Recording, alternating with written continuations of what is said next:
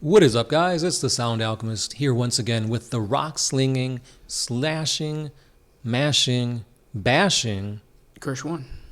Welcome back to another For the Greater. This is a video series where we answer the questions left by you, the viewer. If you have a question for us, comment down below. Put a question in front of your question because we get to those questions first. If you guys want to support the channel, if you guys enjoy our content, you could support us by hitting us up with a super thanks. If you do, you could ask us anything, and we will create a video for you in the next one. And that is the question that comes from DFool06. The question is, so a majority of the Space Marine chapters have a flaw or some type of dark secret or crimes that they don't want the Greater Imperium to know about. Which Space Marine chapter has the worst secrets? That's a really good one because, like, if we go through like Firstborn Space Marine chapters, most of them have it. Yeah, like to me, two stand out.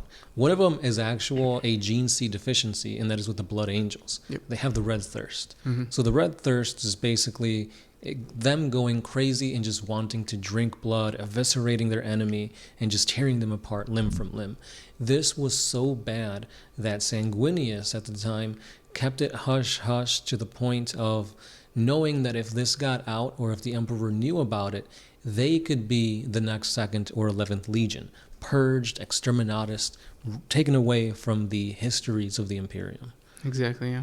And then the second one I was going to say is the Dark Angels.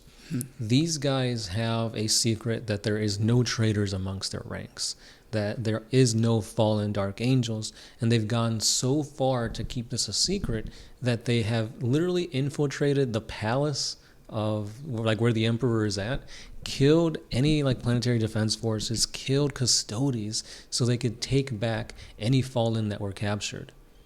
Like that's heresy. Like they're literally killing custodies and like loyalist soldiers of the Imperium to take back their fallen, their tainted brothers. Yeah, and then you have like the Space Wolves, which have the 13th Company. Mm-hmm. They succumbed to the Wolfen curse. They became Space Marine werewolves. Now they're just being folded into the Imperium, but that also comes from a deficiency within the Canis Helix. Yeah. And then you have the Grey Knights, which are a secret, or were all a secret, all in their own. Same situation. If they fought alongside an Imperial Guard regiment, it doesn't matter if they won or lost. They would kill that Imperial Guard regiment. Same thing with the civilians and stuff. That actually got them into almost a civil war with the Space Wolves. Yeah.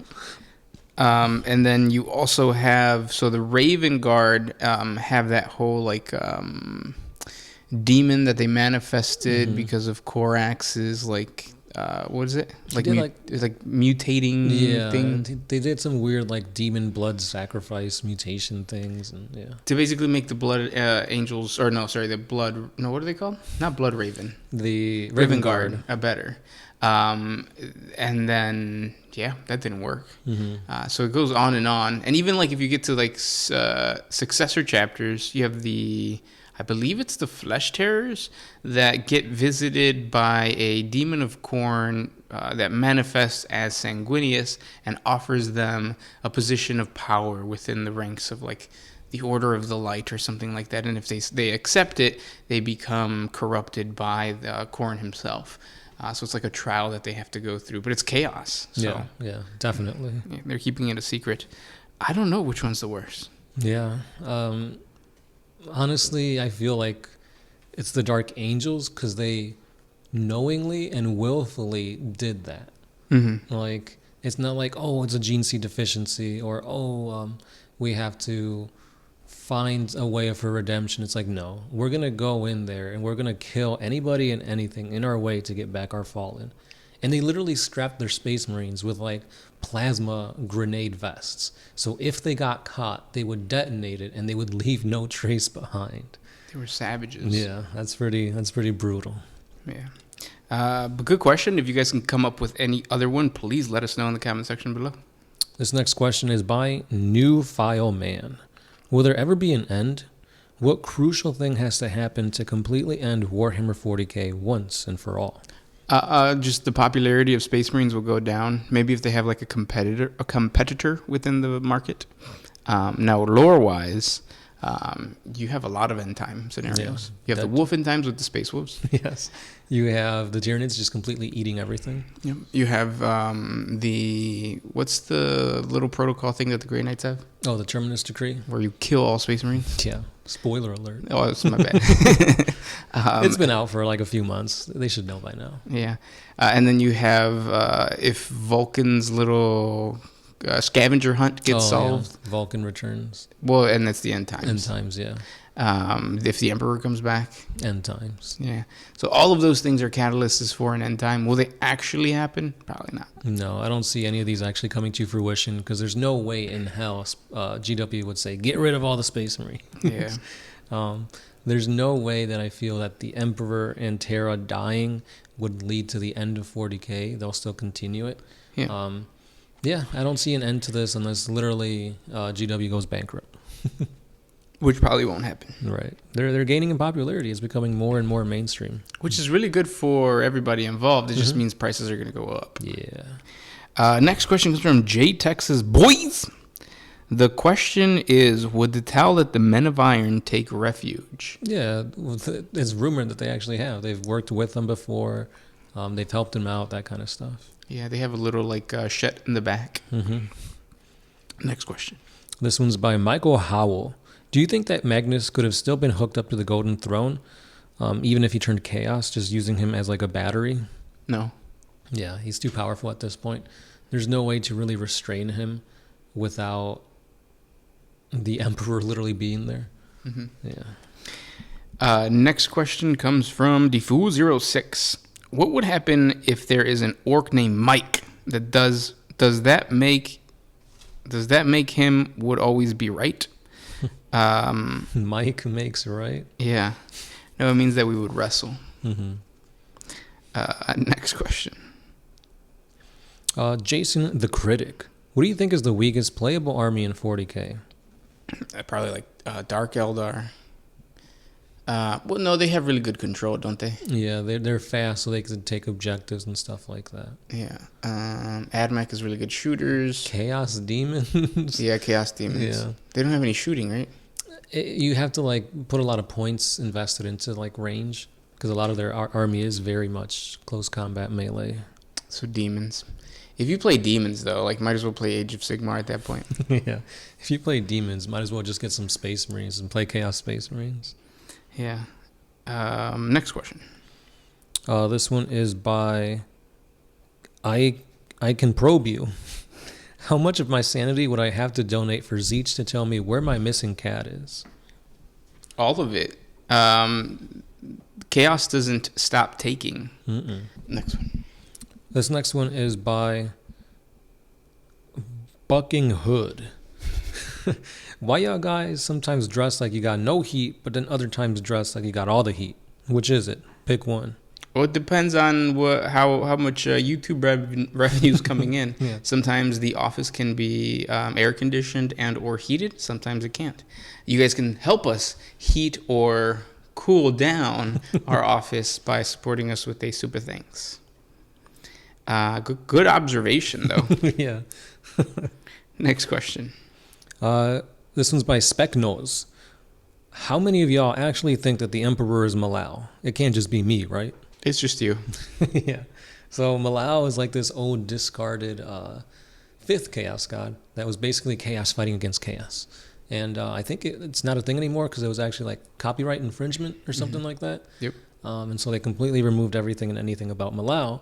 But I think there have been instances of like Chaos fighting Chaos. Well, that's got to be the Emperor because he's fighting Chaos and he's becoming a god. So if he does ascend to godhood, there's no way he's going to be called Malao. No. He'll be called something else like... Cute. Yeah. Bad Bunny. Copyright infringement. There you go. Next question comes from Noctis Lucius. Why is the Sound Alchemist, or why does the Sound Alchemist look like a bearded Ricardo Milos? That's the guy from the meme, right? Yeah. Something like that, right? With glasses. Oh, yeah. And I need a red bandana. Yeah. And I gotta be shirtless and like have like tanning oil on my body. On a scale of 1 to 10, how smashable are we? Comment down below. Somebody's gonna say smash with a rock. Yeah. Next question. Armstrong 439. Which Primarch do you think GW will bring out next after the Lion? Sanguinius. It's kind of teased in the trailer because I was gonna say Ultramarine. Gilliman. Yeah, Gilliman is standing in front of the gates that hold the sarcophagus or the. Is he dead? Yeah, the dead Sanguinius. Well, some instances said he's dead. Some people said he's like near death, but in stasis. So. So yeah, like I'm pretty sure 10th edition is supposed to be a big thing. Mm-hmm. The Lion was at the end of this edition. If we don't get a Sanguinius, which would complete the the second Imperium. Right? Yeah, and well, no, I was gonna say it would complete because now we have Magnus. Who do we have? Magnus, Mortarion. I feel like there's another. Angron, but there's another one, isn't there? No. So it'd be 3-on-3 now. Gilliman, the Lion, and Sanguinius versus those three. I guess you could add Abaddon in there, but he's not a Primarch. No, and also he comes in the patrol detachment box now, true, yeah. which just like weakens him as a person. He's toughness 5 now. Yeah, that just feels weird. But I mean, it makes sense because he is in Terminator armor. But yeah, he was what, toughness 4 back then? I think it was in the 8th edition core rulebook. They actually had a picture of Gilliman fighting against Abaddon, so it's like kind of insinuating this dude's on Primarch level, but he shouldn't be. Yeah, I don't know. Gilliman's kind of weak though. Not on the tabletop, but in the lore, it seems like he's always getting help from somebody. True. The Emperor, the Eldar, Sisters of Silence. The GW Riders. Yeah. I mean, he's not the best combatant. He's more of like the guy you go to when you need help actually planning a siege, planning an invasion, that type of stuff. He's the guy that's there. Yeah. He's the backup. Mm-hmm. You got your bad boy, which is going to be probably... Well, it wouldn't be the Lion. No, the Lion's like the muscle at this point. Or Sanguinius. They need like a bad boy. They need not Ferris Manus, he's dead. What's his name? Lehman Russ. Yeah, Lehman Russ would be that guy. Or even like Jagatai Khan.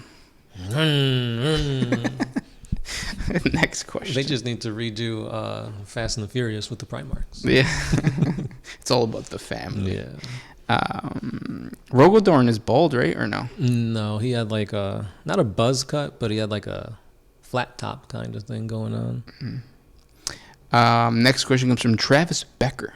Do planetary defense forces utilize nautical units? They sure do. We just don't really see it because 40K is not played in the seas. This isn't pirates. How do like the pirate stuff work for Age of Sigmar? I don't think there's any actual rules for it. It's just like use your imagination. No. Supposedly, like they could like swim in their own, like they bring their own like water or something like that. Like they summon a huge bubble. Oh, like kind of like the Gungans. Mm-hmm. Next question. Oh, this one's by Ben Hayden. Could I make my Renegade Homebrew chapter, The Forlorn Hope, Descendants of the Black Shields, from the days of the Horus Heresy? If so, how would they plan the table? It's like, what successor rules would make sense? For sure, you could do that. Those guys, you could do standard Ultramarines, because that's kind of like what they were. They were kind of a mixed match of everything. Yeah. So they'll just be all around really good at every aspect of 40K. Or the Raven Guard. That's what I was about to say. Yeah. I feel like the Raven Guard kind of fits that aesthetic, but at the same time, you can always play them as whatever. Yeah. I mean, just say this is one regiment that specifically handles like heavy artillery, so they're more range, or this one's all about close combat. Yeah. That's the beauty of homebrewing in 40K. You can do whatever you want. It's a sandbox universe. Yeah. And those were the questions for today. If you guys have more questions for us, please comment down below. Thank you so much for hanging out with us, and we'll talk mañana. That's right. That means tomorrow. This is the Sound Alchemist. Gershwan. And we are out. Always